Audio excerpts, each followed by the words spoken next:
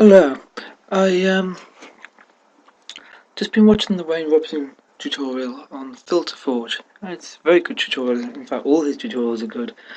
And to apply symmetry to his game character model, he split the character in half. He mirrored the UVs onto both sides. Now, I was wondering if there's a different way of doing this because without splitting the character in half.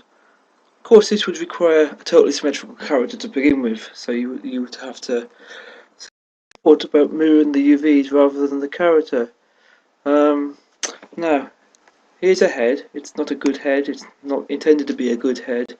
It was just thrown together just for demonstration. And as you can see, I've already put the point-to-point symmetry, the point-to-point lines on it ready for unwrapping. The point-to-point lines let the UV unwrapper know where the edges are going to be. Assume that's going to be the hair, assume this is going to be the face. And like I said, it's not very good. It is in quads, which is one.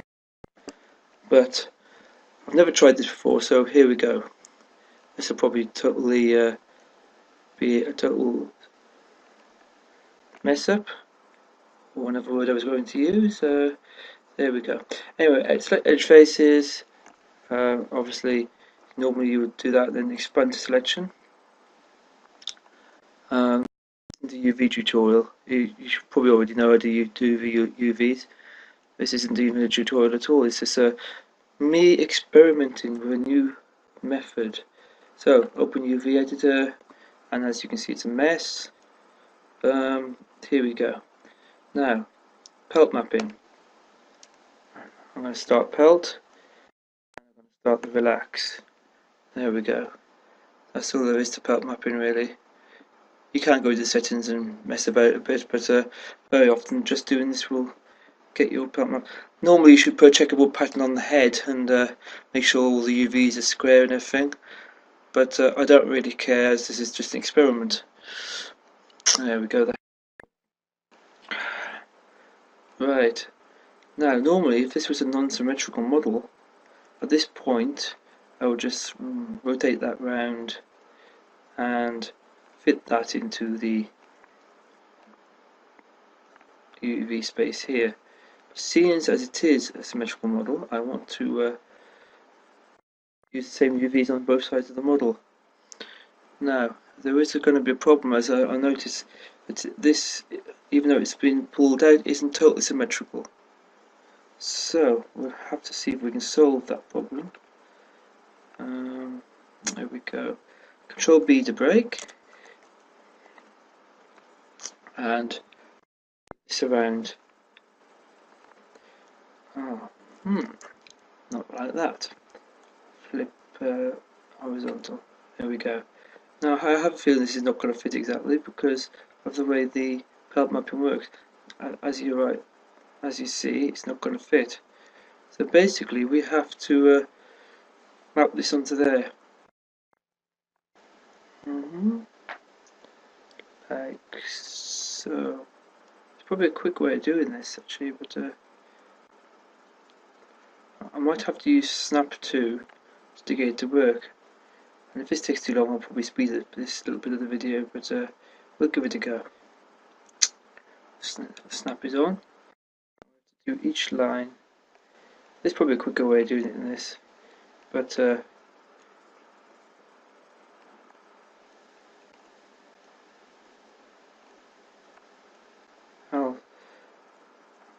you can see, I stopped talking then, but it's probably a good thing, as I would end up speaking gibberish if I carried on talking. I notice Wayne Robson makes this look easy. He just what I'm going to do, I'm going to take them out up there for now. I'm going to leave them there because I've got to make sure I go over the top. Okay, here we go. I'm going to do the next line now. Basically, what I'm doing, I'm mirroring the UVs on top of each other like this.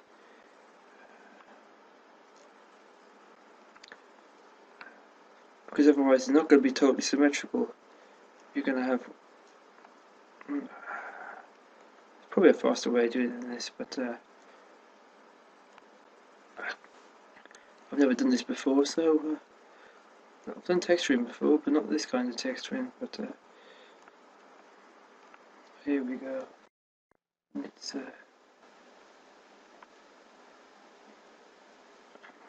probably I can take that one down there now.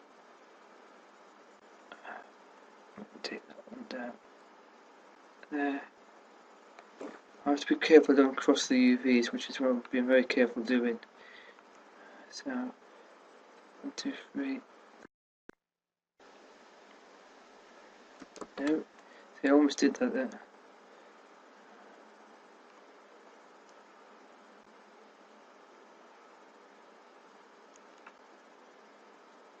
See, it's got to go in there. So, and basically it's just like moving a fishing net,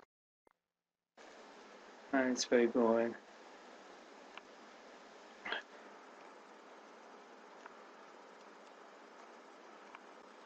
But I think if this works, it means my model stays as a whole, and if it doesn't work, then I can always try it the other way. Here we go. It's first if I plane mapped it, chopped it in half, and then did the help map, it would have been quicker. But we're just talking a lot of rubbish. There we go. Now if this doesn't work, we're getting there now. We're getting there.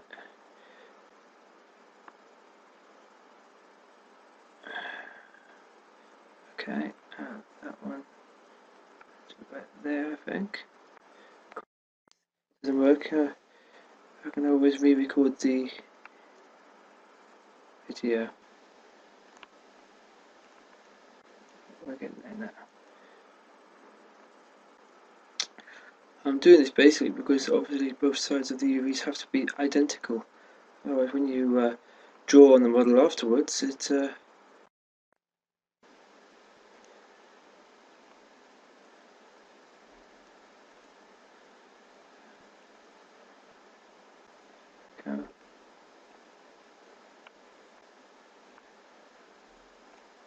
We're getting there now. We're getting there.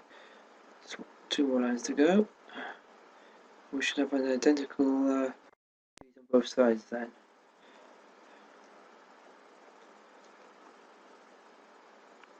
I'm not really. Oh dear, something's going wrong there. What's going on? We'll soon find out. You soon know if you're doing something. See, there is the last one. There's the next one. And we don't want to cross them. Crossing the light beams in Ghostbusters. It's not good.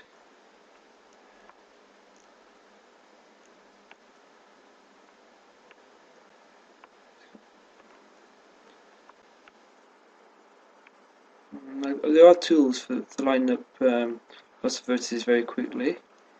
I don't want to change the pelt mapping is done, because that's done naturally.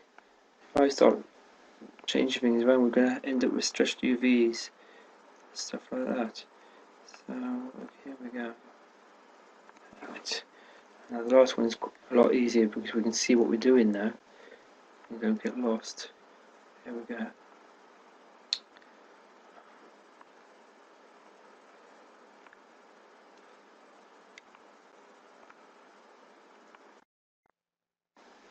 And the next stage will be to take this in the Mudbox and deform the head a little bit and see if we can paint symmetrically in Mudbox. There we go. So basically now, all our UVs laid on top of each other. Let them all. I'm going to make best use of the texture space. So here we go. So we take that, move that into the middle. Obviously we'd have to leave room for the rest of the body, but since you want to do in the head, we're going to make the best use of the textures with. Don't too close to the edge, because after watching Wayne's tutorial, there are some texture bleeding. I'm going to leave about 3mm gap all the way around. There, that should now be symmetrical, and I will stop the video now because I will start the recording again once I'm in Mudbox. But anything we paint on the left hand should be painted on the right side. Hopefully that's the idea. Here we go then. So let's pause this video now and I'll come back in the next part. Right, here we are, back in Mudbox, and I'm not even using a tablet. I'm not intending to do any modelling. I might model a little bit, but that's about it. So first of all, we have to import our object that we created in 3ds Max. I always go to the export folder for some reason. Don't ask me why. There we are, the dummy head, and we'll import it in. There we are. Now we have our dummy head, and we should have our UVs. Our UVs are now there. As you can see, they are. Now let's oh, sorry, I always do that. Zoom in. I'm not going to be doing anything because I haven't got a center mouse on this laptop. I didn't know I could do that on a laptop. Anyway, now here we go. Let's just for argument's sake, let's increase the subdivisions a few times. There we are. We've got a nice smooth head, strange looking head, but it is smooth. And we'll just make sure that the symmetry is on.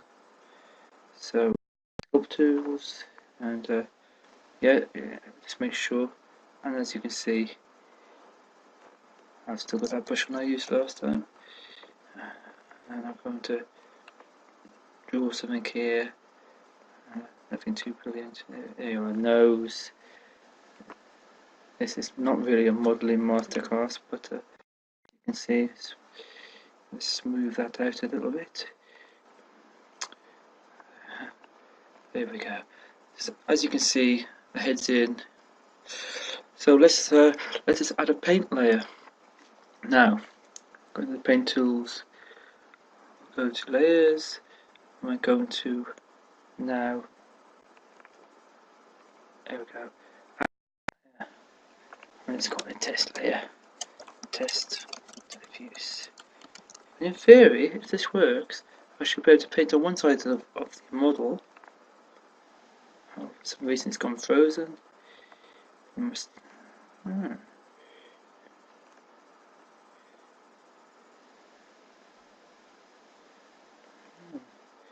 So, details. And it's not having it. I really thought this would work because I tried it before. Hang on. There we go. Yes, it does work. Okay. Actually, now going to paint on one side of the model. We're going to turn the mirroring off. So we don't need the mirroring because the UVs are already mirrored. Now let's find a nice red colour. And there we go. Nice red colour. I'm going to draw the eyes in.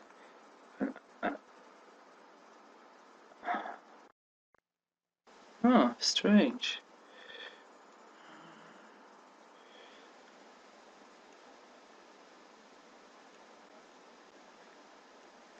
Let's go to the UV layout.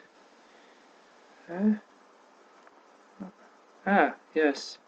As you can see, it doesn't always update, so we can actually paint on here, like so. And it should, for some reason, yeah. Whatever you paint on the one side will paint perfectly, but as you can see, at first it'll look odd, but then it'll update itself. And this, I think, is a good method of actually getting symmetry on your maps without actually cutting your model in half. As you can see, I can change the colour. Give it a black there. As you can see, it doesn't update on the other side straight away. but it will eventually. So you could actually use this as a method of using symmetry on your model for texturing without chopping the model in half. As you can see, everything, it does appear odd on this side at first, but then it updates and it's perfect. Yeah, I'm quite pleased with this method of doing this. You can have your ear there, and in theory, probably I'd have the graphics tablet plugged in, but it's not plugged in, so I'm just messing about here. So the only problem is you have to have your symmetry on when you do that, because so we just, that would be an ear. There you go. You can go back to your paint tools and give him a green ear. Like I said, this wasn't a modelling tutorial, as you can see. This just shows a different way of maybe getting symmetry on the model. I'm not sure if it's the best way, so we'll give him green ears. There we go. But it does work, and it means you don't have to chop the model in half. There might be a reason why you shouldn't do it like this. I will definitely research this. But it does actually work. I don't know if I would get any stretching at some point or not. But I can't seem. The problem I thought I might get is in the middle, but it seems quite seamless, which is pretty good. I might actually use this on my next project. Right, there you go. Yeah, you can see with I don't know if that's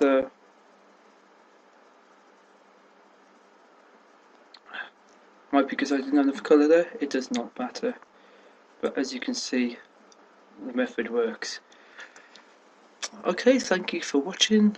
Goodbye.